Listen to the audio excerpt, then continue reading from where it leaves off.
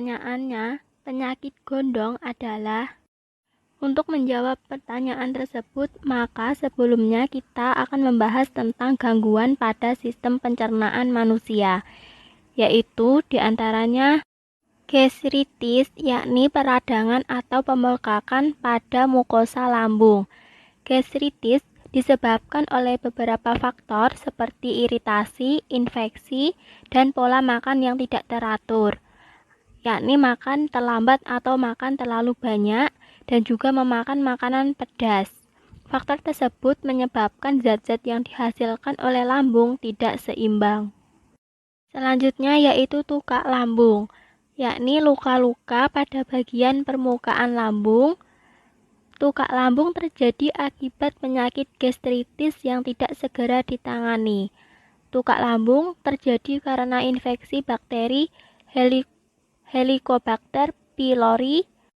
Apabila terjadi peradangan hebat pada lambung yang kadang-kadang dapat disertai dengan pendarahan.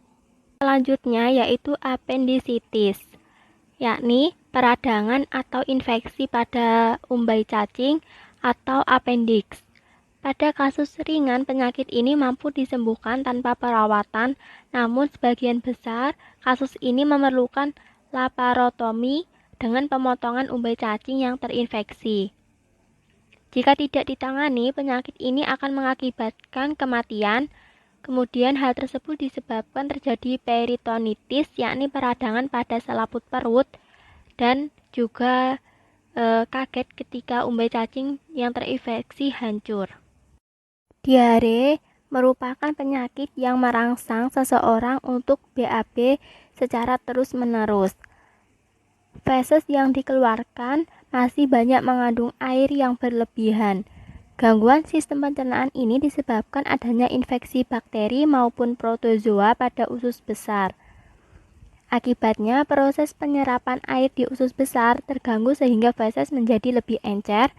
Kemudian diare terjadi pada waktu lama dapat menyebabkan hilangnya air dan garam-garam mineral sehingga mengakibatkan tubuh mengalami dehidrasi.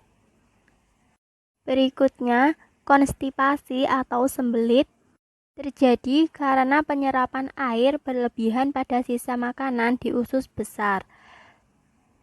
Feses menjadi keras dan kering, akan sulit untuk dikeluarkan.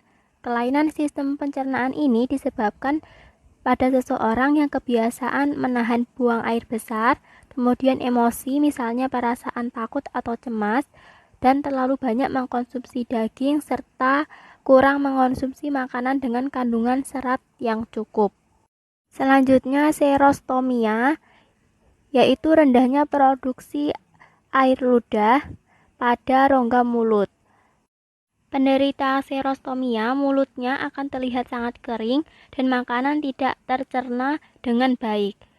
Serostomia disebabkan adanya gangguan pada pusat ludah, saraf pembawa rangsang ludah, atau perubahan komposisi fal elektrolit ludah. Kemudian parotitis atau gondong, yakni infeksi pada kelenjar air ludah di bawah telinga. Hal tersebut mengakibatkan kelenjar ludah menjadi membengkak. Hemoroid atau ambeien, yaitu pembengkakan pada pembuluh darah vena di sekitar anus. Hemoroid terjadi pada orang-orang yang sering duduk terlalu lama dan pada orang yang menderita sembelit. Kelainan ini juga sering terjadi pada wanita hamil dan orang gemuk. Maka berdasarkan uraian tersebut dapat diperoleh kesimpulan bahwa penyakit gondong disebut juga dengan parotitis, yaitu infeksi pada kelenjar air ludah di bawah telinga. Gejala pada parotitis diantaranya kelelahan, sakit kepala, demam, sakit perut, kelenjar ludah terasa sakit, nyeri di pipi ketika menelan, berbicara, mengunyah, atau mengkonsumsi makanan asam, kemudian nyeri otot, nyeri atau rasa tidak nyaman di telinga, nafsu makan hilang, dan mulut terasa kering. Kemudian langkah untuk meringankan gejala atau mempercepat pemulihan parotitis yaitu mengkonsumsi obat pereda nyeri dan penurun demam misalnya paracetamol, kemudian istirahat yang cukup dan banyak minum air putih untuk mencegah dehidrasi, lalu konsumsi makanan dengan tekstur lembut misalnya bubur untuk menghindari makanan yang terlalu banyak mengunyah. Selanjutnya hindari makanan dan minuman asam dan bisa melakukan kompres pada pipi yang bengkak dengan menggunakan air hangat atau air dingin untuk meringankan rasa nyeri. Nah, berdasarkan penjelasan tersebut, jawaban yang benar adalah parotitis, jawaban A.